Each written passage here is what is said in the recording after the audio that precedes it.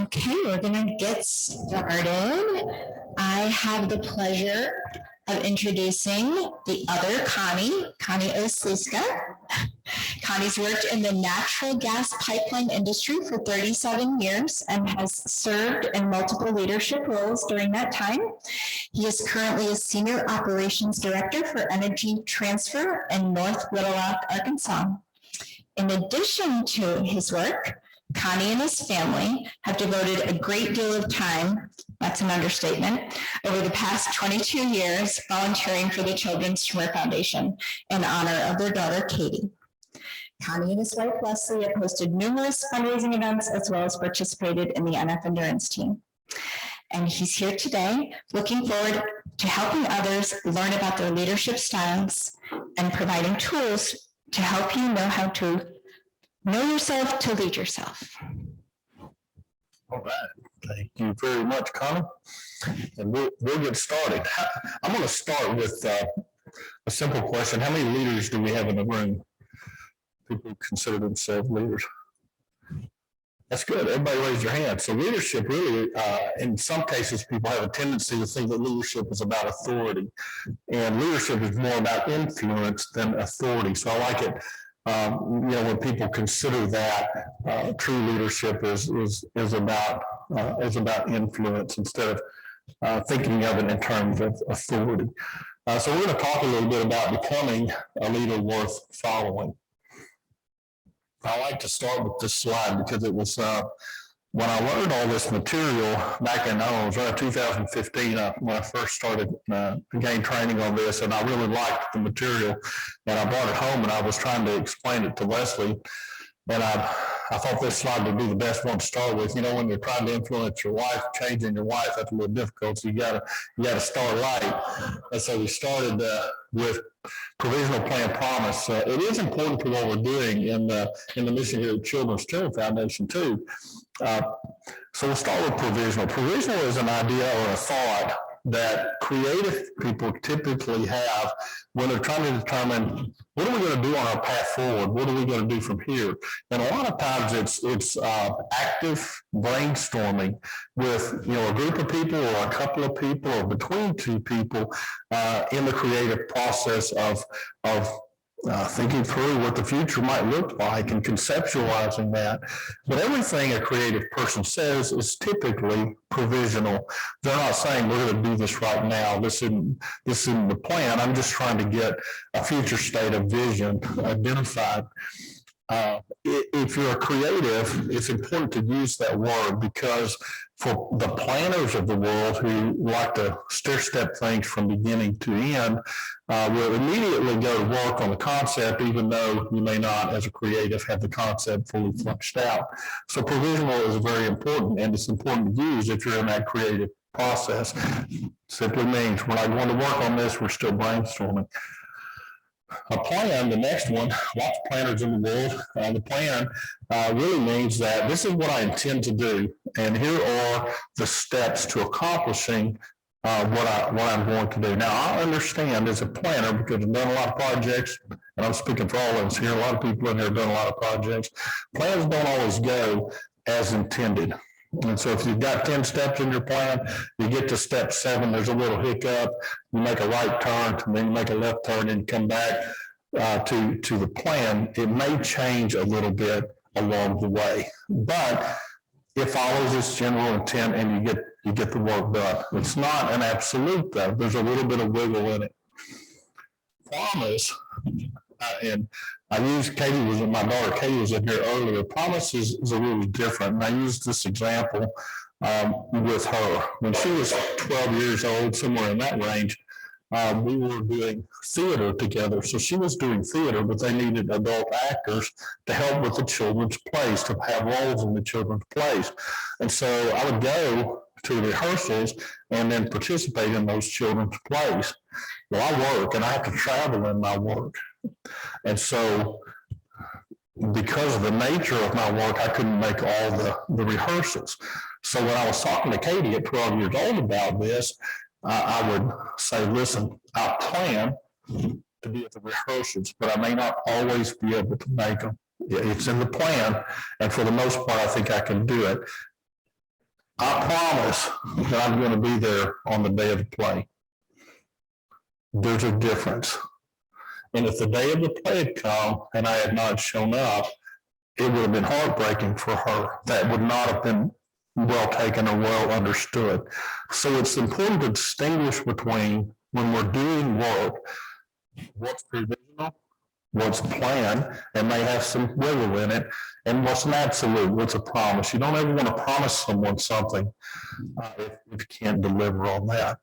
And so I went over this entire slide just about that way with my lovely bride, Leslie, and she listened to the entire presentation. At the end, whenever I talked about what a promise was, she said, well, I'm going to tell you right now, if I promise you anything after 2 glasses of wine, it does not count.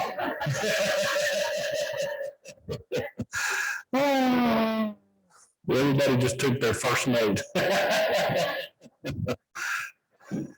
So we're going to talk now about kind of building, starting to understand where this course is going and the core, what we want to build into our behaviors. This slide, we're talking about competency, connectivity, and self-awareness. Those are the components that we're going to work on through this process. Competencies, or IQ, is really talking about the skills you possess. And so if you're a great accountant, that's a skill that you possess. If you're a great mechanic, that's a skill that you possess. If you're a great cook, that's a skill that you possess. And it kind of goes in that circle. EQ, or connectivity, is how you relate to others. So if you're applying those skills and doing things, then how do you relate to the external world, those around you, and connect or communicate with those folks? And then the third one is really around when you take the two at the top and start talking about how self-aware of you, how self-aware are you of your tendencies and behaviors in the other two groups, okay? So how self-aware are you in your effectiveness of communication and connecting with others?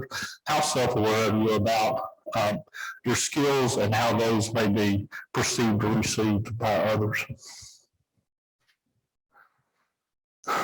So we go from there, when we talk about, we're moving from that slide to this slide, we're really going to work now, this is an infinity loop, on how you identify tendencies that may help your ability to achieve or may hamper your ability to achieve. We all follow this infinity loop. We have some reality that we live in today, whatever that reality is. You all know what your own reality is. And then within that, we have some tendencies, or how we behave within that reality. Those tendencies cause us to act certain ways. That's how we're going to behave as a human in this world. And then those actions, whatever it is we decide to do, how we decide to behave, they have consequences. And those consequences can be good. Those consequences can be bad. It just depends on your own tendencies. Okay? And then that really forms reality. So we want to keep this one in mind because it's important as we go through the rest of the slides. Once we know what our tendencies are, and we're going to talk about some of those, we have the ability to make change, and that's what this slide is about. Once you call it out and say, okay, I got a tendency that's not so good. I want to work on that. Take ownership of that. Identify what that tendency is that you want to work on, and then develop the response. Well, listen, I'm not, I'm an extrovert, and I tend to talk over people. I'm going to back up. I'm not going to do that anymore. I'm going to identify that as a tendency that I want to change. And so what it means is, zip it up, let somebody else talk first. That's really hard if you're an extrovert. So, but it's a response, and it's one that I think you'll find is very, very good if you're in that boat. And then you got to execute it. I know that I'm going to go to this meeting, or I'm going to be working with these folks, and in this meeting, I am going to make that change in tendency, and then I'm going to make it a behavior that I live with from now on, so that I can improve. How many of them got to take the test? I know some were just logging in right now. Personality test. I don't see the results. Oh, so I haven't had that it went away yet. It should, it should have sent you an email, and you should be able to get back into your results from the email by clicking on a button. And if it didn't come back to your email, I'm not 100% sure. It should have come back to your email. Normally, though, when you finish, the results come onto the screen, and you should see them without having to go to your email. Okay, so you may be able to just try that and see if you can do it. When you open that up, it's not going to look like this, but I want to make sure you know how to get to this page. That's why I added the slide. It's going to show you one voice. So my first voice is nurture. It's the far one on the left in the purple. So I'm nurture, connector, guardian. It's probably just going to show you your first voice, whatever it is.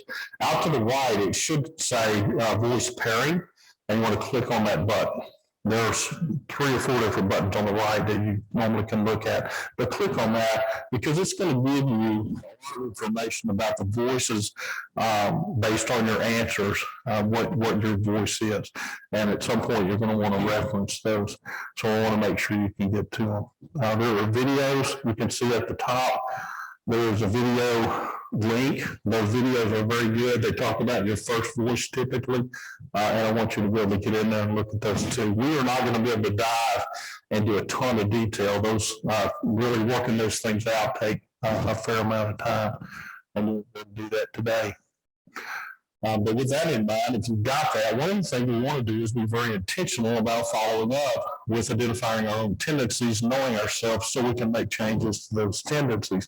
A lot of folks go through life not really knowing those things and being very accidental in how they work with their family, their team, their organization, their community. As you learn more about your own behaviors and what your voices are, what your voice orders are, you're going to be able to be much more intentional in developing yourself and how you want to behave and present to others, and then how you deal with family, team, organization, and community.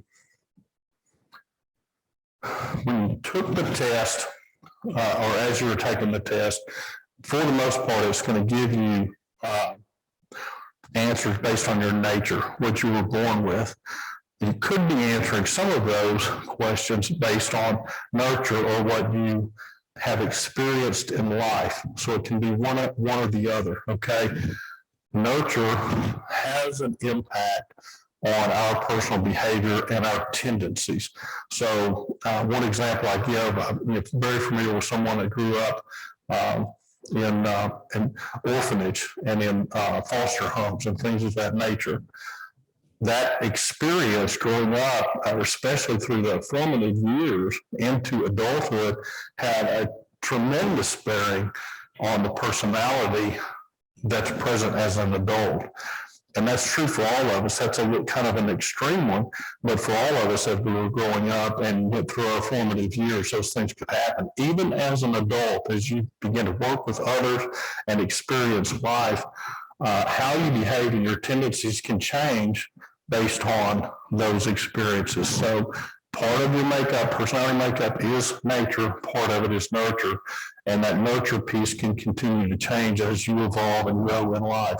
Mine, I told you I was a nurturer. If you've ever done the Bergman, this is driven by the Bergman. So if you know your letters, those play into this. I'm going to show you that in a minute. By nature, I'm an ISFJ. By nurture, I'm an ESFJ. And so when you talk about introvert, extrovert, introverts really want solitude to get their rest.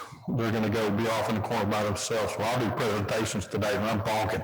I'm done. But you can learn to behave as an extrovert and vice versa. You can pick those things up through nurture. These are just some awesome shoulds when you talk about nurture, and we've kind of talked about these already. It can be your school, male or female, success, failure, dreams, early life experiences have a heavy bearing off, and parenting, authority figures you're dealt with. We've kind of talked about that, but these are some of the keys to nurture. And then we really want to get to a point in our lives and in your behaviors to liberate others, to liberate yourself, to be a liberating leader. And what it means is you're able to offer high support and high challenge comfortably to folks to be an effective leader. It's not unusual for folks to dominate or be a dominator in this matrix. And really, when you're in that dominant zone, you're willing to go out and challenge and say, this is what you must do. This is when you must do it by. And if you don't, here's the or else. Dominators typically do that. And it really leads to a culture of fear and manipulation. The other one that's pretty common to see is a protector. A protector typically gives really high support. So they're going to high five you an awful lot and say, oh, you're doing great. And really low challenge. So over time, if we as individuals aren't challenged enough, it's almost like becomes an entitlement. Well, I don't really have to do that. They're not challenging me to do that. I'm not going to proceed. And so without that challenge, if the leader continues to protect and give high support, they really become a protector. People feel entitled, like they don't really have to do anything. And then they don't trust their leader, whoever their leader is. They lose that trust. And abdication is really a lack of both challenge and support. It really, those who lead with this style somehow or another work their way into that leadership role and just say, just keep doing what you're doing, don't worry about it. I'll check with you Friday, and that's it. It's abdication, what it boils down to. And we want to be liberators. We want to high support and high challenge. Let's get it done. As leaders, formally or informally, if you're calling people up to improve whenever working through an issue or trying to work, whether it's behavioral or trying to get things done, that's where you want to be. You want to be able to approach people in an empowering manner, allow them to fulfill their intention. Disempowerment really calls them out. Most people in their life experience that. You're in a room full of people, missed a target by a day, and someone in the room calls you out and says, well, that doesn't count. You missed it by a day, and kind of hit you over the head with a hammer. That's not effective leadership, and it's not really where we want to be. Liberators fight for the highest possible good in the lives of the people they lead. And I think the language I like to use with this is when we are using our leadership and our ability to influence, the message should be, I am for you at the end of the day. I am for you. I want you to be successful in your life. There is no charitable organization, no company, no family that's effective and can be effective if in that circle they don't give support and don't message it as I am for you. Failure it just occurs if not. And so always if we bring that I am for you attitude, it's going to be a real win. This again is just voice order, but I wanted to point this out when you get to look in your details.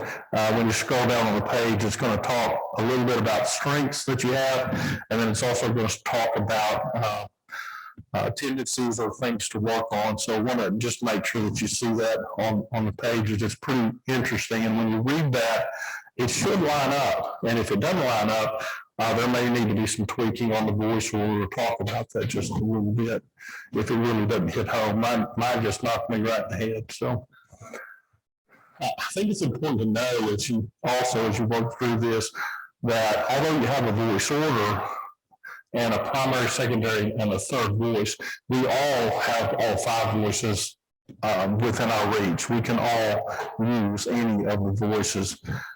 There is a kind of a voice, a volume of voice, or how strong the different voices are in communicating. Nurturers typically have a lower voice. They're harder to hear. And so typically if you're working with someone who is a nurturer, you may have to pull out the information because they're not going to be the first one to speak up and say, hey, I'm not real sure I'm comfortable with how this is affecting the people. Because a lot of times when you're working or doing things and trying to move forward, it's the accounting and the financial and the, we've got to get this done and how it affects the people. may not be as important to some in the room. And so nurturers tend to lay back just a little bit and have a quieter voice, generally need to be pulled out. Creatives, it's a little bit different situation. They show up with a quieter voice, but it's for a different reason. Creatives typically are conceptually and from a visionary perspective way ahead of everyone else in the room. They're thinking of ideas that everybody else thinks is they're unreasonable or off the chart, or I have no idea how we could do that. And so instantly for the guardians in the room, the nurturers in the room, folks who are more planners and thinkers and have to step through process to get to that vision or that concept, they're going to shut down. They'll shut the creative down. That's not intentional. It's just how we behave. And so that's why their voice is typically a little bit lower on the scale. Guardians, now you're starting to get to a voice where they'll be more assertive in a conversation. How many of you know people that you start brainstorming an idea or working on a process or a plan, and there's a person in the room that asks a cajillion questions? Everybody know that person? Yeah. So for them, for a guardian, the information is an absolute necessity. They need those questions answered to be able to move forward and to have confidence in moving forward toward that concept or vision or idea, whatever it may be. And what will happen is they start asking questions. If you're a nurturer or a creative, it's like you've just been shot. You know, somebody's fired bullets at you and it's taken very personally. It's important to learn to accept those questions and write them down and to give the guardian the answer, because it will help the overall project at the end of the day. That guardian voice is very, very important. Sometimes when dealing with the guardian voice, because they'll come in pretty strong, it's let's write those questions down because we don't have the answers today, and then let's come back to them. Y'all probably been in meetings or in planning sessions where you hang something in a tree or a parking lot. It's a very effective way to help. I'm going to move on to what's next. And they will have a pretty strong voice. Connectors are the people in the room. Typically, everybody's doing social media and stuff. If you go out there and you look on somebody's page and they've got 2,500 friends, connector. And they are the people that bring a network together. It's very important to have connectors in your work groups because they have the ability to touch a lot of lives and to bring those people to bear and bring them together. Or if there's just something specific that you need, a skill or whatever it may be, connectors find them. They're very, very, very good at that. And that's their thing in life. One thing to know about a connector, they will volunteer the information. They're not going to be quiet about that. More than likely, they're an extrovert as well. So they're going to bring that information to the table. If you use, she, a little bit more of a guardian first, and then a connector. Yeah, she's right. She knows herself to lead herself. Yeah, and connectors. One of the important things to, if you're working with someone who has that as a first voice, in particular, if they have it as a first voice, if they connect you and give you an effective connection where it really works out, and oh man, you connect me with this person, not just they donated $100,000. It's a good day. If they don't hear back from you, it's very disappointing. They like to know that the connection worked, and if it didn't work, they want to know that too, because they're going to connect you with somebody else and continue to help. That's their nature, okay? And a lot of times for connectors, they don't get that feedback. They don't get the loop back. But if you're working with someone who that's their thing, they like to know that it worked out. They don't want any credit. They're not necessarily worried about that. But whenever you turn around and walk away and you just told a connector that hookup worked, they're like, yes, and they appreciate that. So it's something to keep in mind. A pioneer is the person that walks in the room. They will have the loudest voice. They're going to say, this is the vision, this is the strategy, here's when we're going to start implementing, here's how we're going to implement. And are there any questions? Okay, we're done, let's go. That's it. They don't really mean the questions part, okay?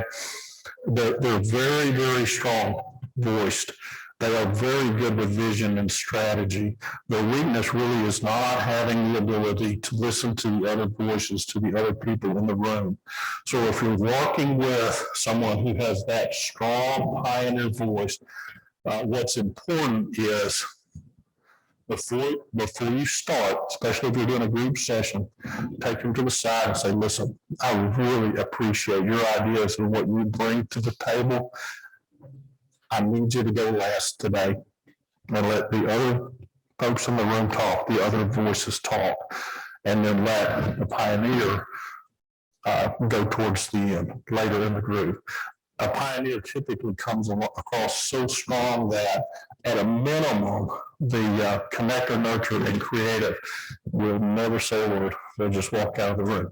The guardian may pipe up and ask a few questions, but the pioneer is going to shoot them down and then they'll leave too.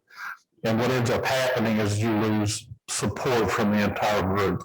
And so pioneers can be very, very, very effective leaders. A lot of them are CEOs of organizations. A lot of them influence a lot of things in a very, very good way. When you're working with a pioneer, you've got to figure out a way to get everyone else's voice heard because it's important, and it will be a better project.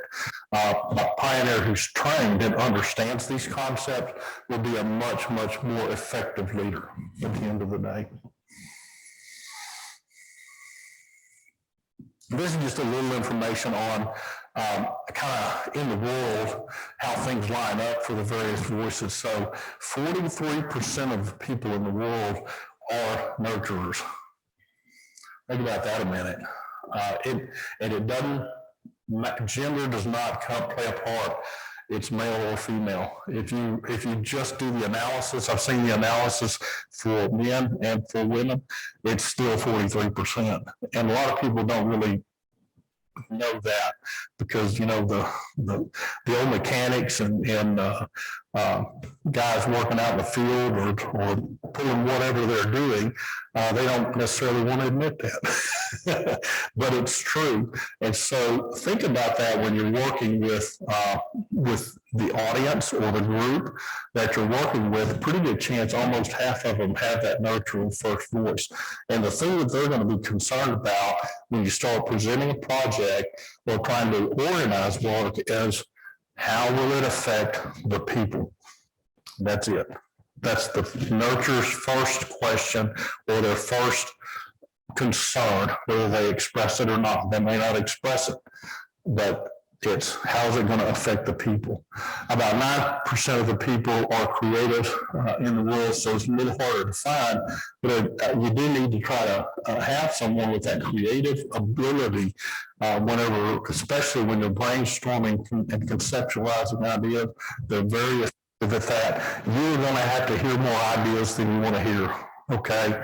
And that can be tough because you gotta, if you're not a connector, if you're a nurturer, or if you're a guardian, you gotta kind of set that aside for a moment and let that creative go and just take notes. And then start fleshing that out and setting some, you know, priorities and working the plan from there. For a creative, if you start planning before the creative's done, conceptualizing, it's just a negative. They don't grasp that. For someone else has to do the planning piece of it. The guardian, about 30%. So again, that's a high percentage. Guardians, no matter, you know, if the creative's in the room throwing ideas out, the guardian's going to start asking questions the creative doesn't have answers for. Matter of fact, the guardian's going to ask questions that none of the other voices have answers for in the moment. So the important thing about dealing with the guardian is if you don't have the answer for a question, just get it back to them. Make a note of it and say, hey, you know, I appreciate the question. Let's make a note of it, and we're going to come back and answer your question. And that works. So the guardian will accept that too until you don't come back and answer their question. Then you start losing trust. So make sure that those questions get answered. And once you get the answers, if you're one of the other voices, they will be very, very appreciated by the entire group because they're going to make a difference. They're going to make the project go better, whatever your project is. Okay. And there will be typically one or two guardians in just about any group with those kind of numbers. Connectors are 11% of the population. They'll bring your networks together, very effective communicators. They're going to touch a lot of people. They can get the word out. They can bring people to you that will be helpful in your fundraising events and whatever you're trying to do. And they're also the people that are going to, if you're trying to plan an event, make sure that everybody gets invited. And they'll do a good job with that. Very good at relationship building. We talked about the self-preservation piece and that in this group. We're going to get to that in a minute. But when we get to that, Connector is very good at breaking through barriers to build relationships so that people will engage with you. And we talked a little bit about the Pioneer Boys, 7%. So there's a smaller number of pioneers, which is typically, but a lot of times pioneers are in very influential spots. And so building a network, or if you need to work with a pioneer, get to a point where listen to the ideas and concepts is really important. Connectors can help with that in the building those relationships. It's a really good idea to make it their idea because they're going to open up a lot quicker. If you're going to engage with a pioneer, the starting point really would be, I want your ideas about this. I want your input on this topic. And so I've heard Leslie's got enough connector in her. I've heard her do that with influential people in the state of Arkansas. And she will get on the phone with them and say, hey, we're working on this event. And I know you've got experience with this. Can you give me some insight into how to? And then she goes and listens patiently to that and then gets to express her ideas and give her input. But that's what it takes to work with a pioneer. You have to ask the question and then work your way into their world. So any questions about any of these? These two I'm not really going to cover in detail, but I knew that a number of people may have done the Bergmans and had referenced the letters over on the left, which typically what that spits out. And this just kind of lines up how those letters align with Nurture, Guardian, Creative, Connector, and Pioneer. So you're going to get a copy of this. I believe it's going to get emailed to you, so you'll have that for reference. This is the same thing, basically, with a different format. I couldn't decide which one I liked best, so I put them both in there. And there's we can pass out those. There are a couple of reference documents that I think Leslie's got there. She's going to pass those out too.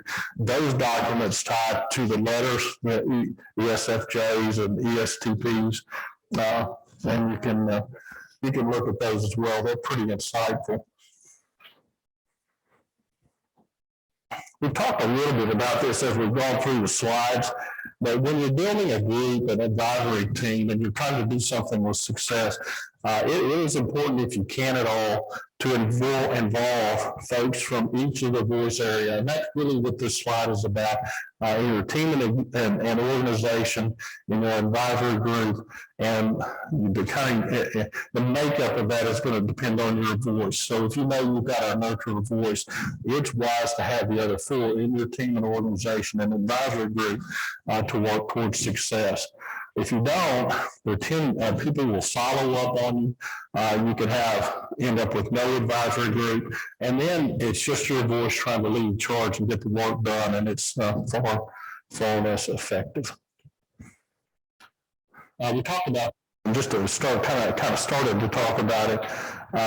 When you're putting a vision out there, there are three of the voices that, when they find that vision compelling, that concept compelling, what you're trying to achieve compelling, they're going to jump on board early and be ready to rock and roll. And there are two voices, the guardian and the nurturer, that are they're going to step back and say, listen, until I can see the path to victory, until I can see how we're going to get there, I'm not coming.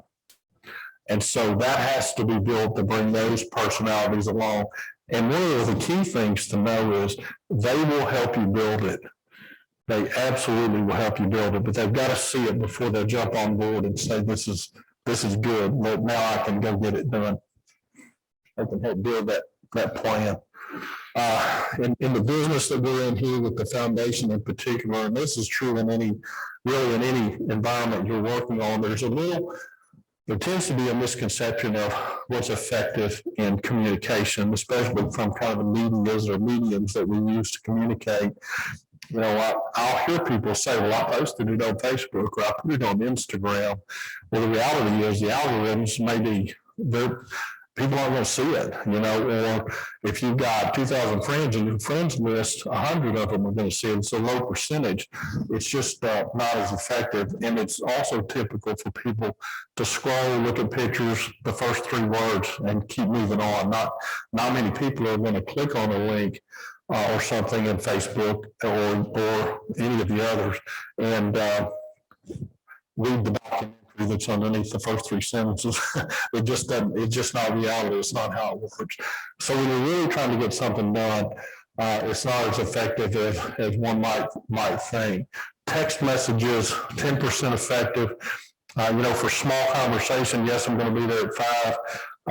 No, I didn't really want to do that much. Something really, really short works pretty good. But if it's more than just a sentence, not really very, very effective. It doesn't give any context or about body language, no voice inflection, none of that. It's all missing in either of those environments. And the same is true for email. Email, people will read at least 3 sentences. But if you're sending stuff out in email and it's more than 3 sentences, probably losing them pretty quick after that. And that's typically what you see. How many of you read every email you get? Yeah, exactly. So it's really, most people don't read them all. They read the ones that are important to them. They've got a relationship with the person and they know they need to get into it. They're going to read all those, but typically not all the email even gets read. And so it's really not as effective, not by itself. Okay. We're getting on the phone call. When you do a verbal communication, typically that is more effective because people can hear your voice inflection and tone. That means something. That's a more effective communication. So they're calling it like 35% effective. If you make a phone call and say, hey, you know, we're going to meet for lunch. We're going to cover these 3 topics next Friday. We want your input and have a conversation about what that might look like. And then you follow it up with an email. It becomes much more effective. And they'll go back and read the follow-up email. Tell them you're going to send it. And then it becomes more effective. Video chat, and these stats were taken pre-COVID.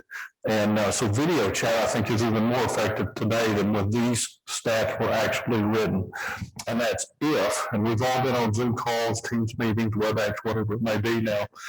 That's if you turn the camera on. Because when you turn the camera on, you're beginning to see that facial expression, you know, and whether people are really attentive or not.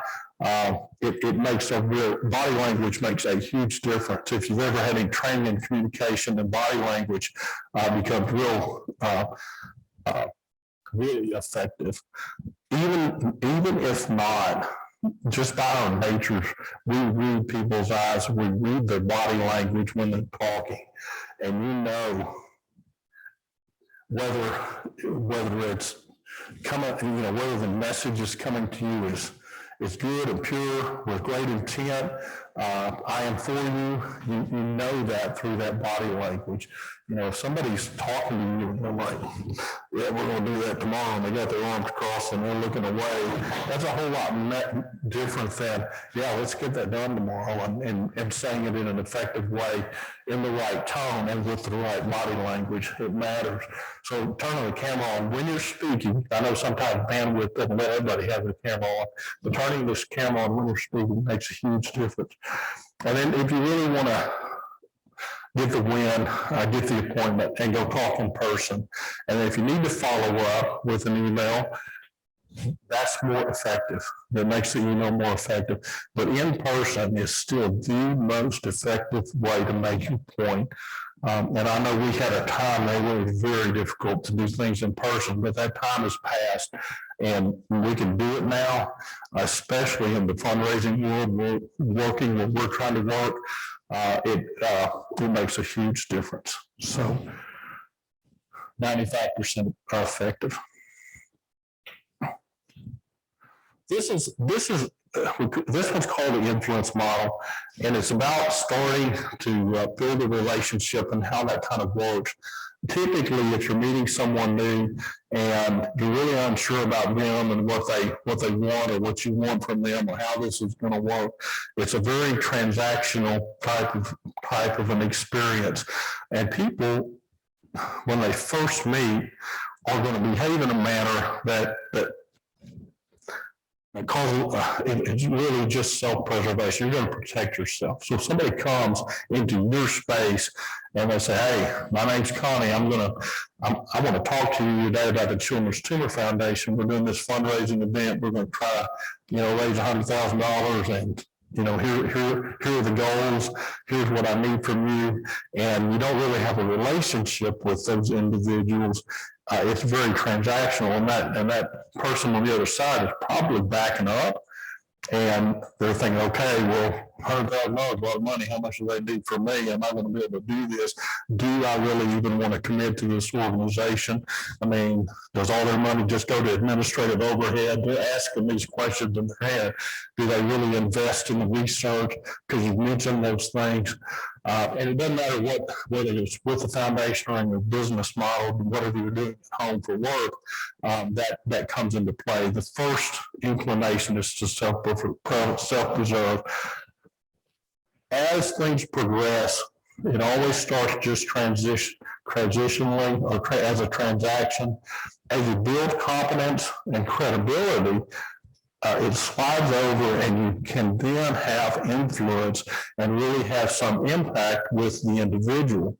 The self-preservation, that curtain of self-preservation over time begins to drop once that trust is built.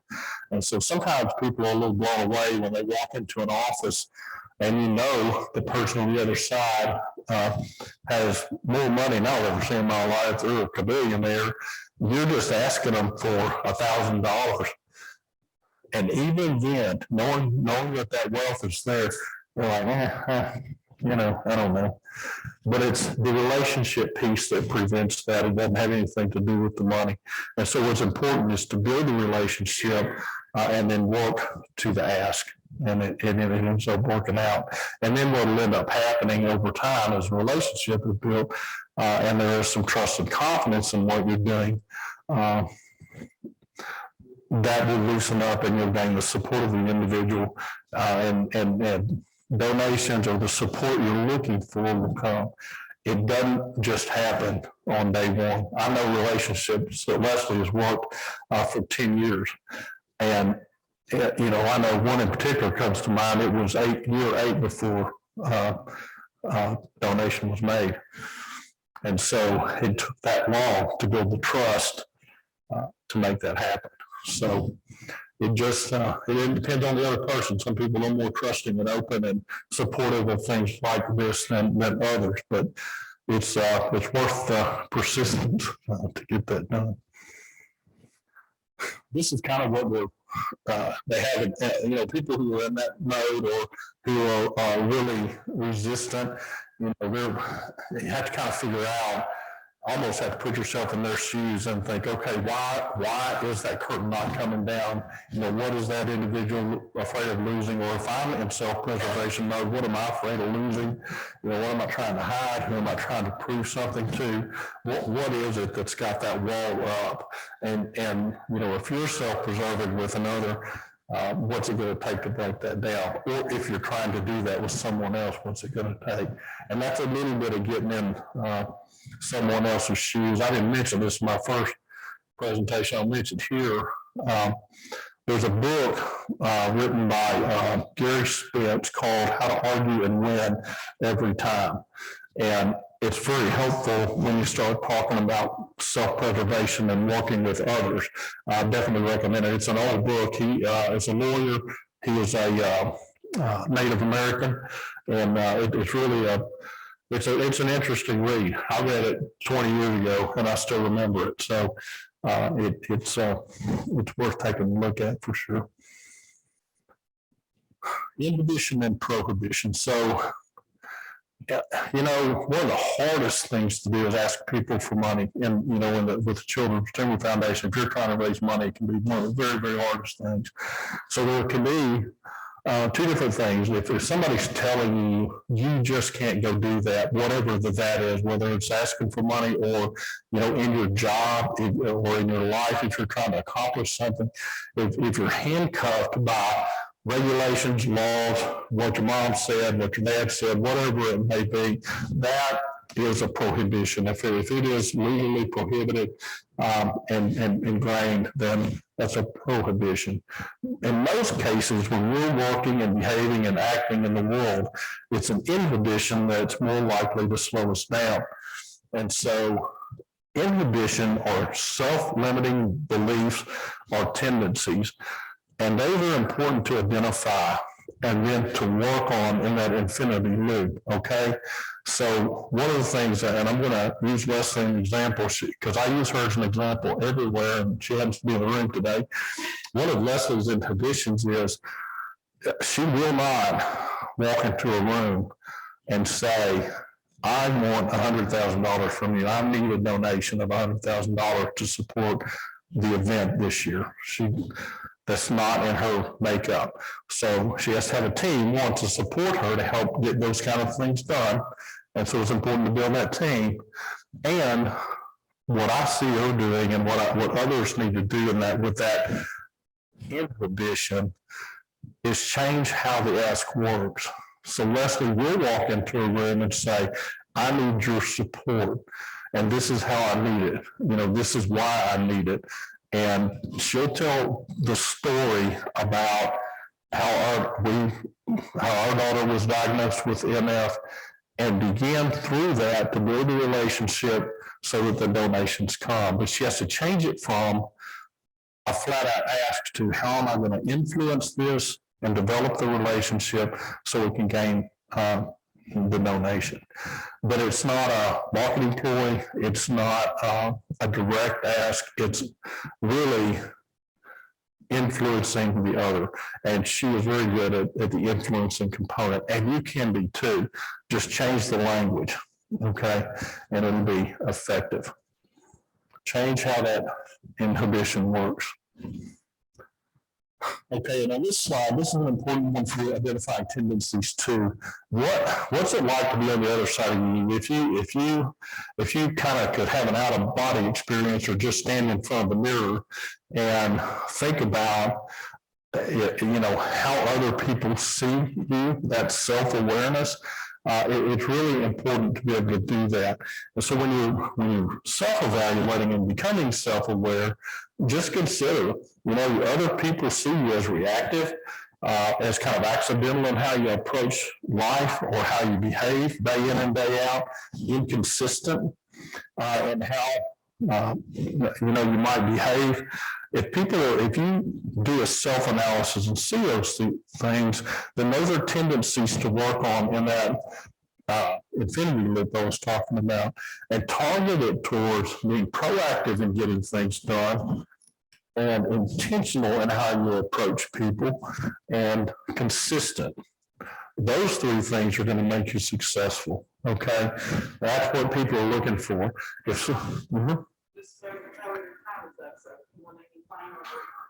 Okay, thank you. I will pay attention to this because if you think it through and you're thinking, okay, they're not seeing me this way, it's proactive, intentional, and consistent. Just make a note of that, put it in the infinity loop. Think about the consequences of that and what you need to change that perspective, okay? And then at the end of the day, especially in what we're doing here, and, you know, we're fighting for the highest possible good of those that we are working with in this foundation. For the folks who are affected, I am for you message always works. Okay, it's the way to be. And I think that's my last slide. Any questions?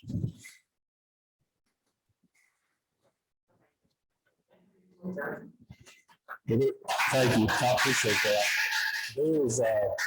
There's a lot more depth, okay, than I was able to give today. This is essentially an orientation. The company that I learned this from, Giant Worldwide, they are great people. And, I know you took the personality test. Go look through that. It's good information. And the videos that Giant Worldwide has out there, they are very good. And I would recommend taking time to look at Letters. So they don't reference the letters anymore in Giant Worldwide. They just reference the voices. The voices are associated with the letters. The presentation that I had today has the letters in them. And so you have to look at that. That's the only. Will you go back to that slide? Yep. I saw it up there, but I missed it. I think the second one actually is a little easier to read, so I'll put it up. Is it okay to say that those letters come from Myers-Briggs? Yeah, it's okay. They are, I mean, it actually doesn't. So it's not, this is not a Myers-Briggs test, but it is, they are, I would say that it's kind of a reference to the way Myers-Briggs did it. Giant has developed their own test, and, but they do relate back. And so I don't have any rights. I did this as a volunteer. I'm not being compensated for doing this. I don't have rights to the Giant stuff other than I know the two guys that own the company, and they love it when people communicate this. And the reality is, if you get in there, there's some stuff that's free, but they also sell subscriptions for individuals. They're not expensive for individuals, and they work with large companies, corporations, and governments to kind of implement their technology. It's really good stuff, I think. So.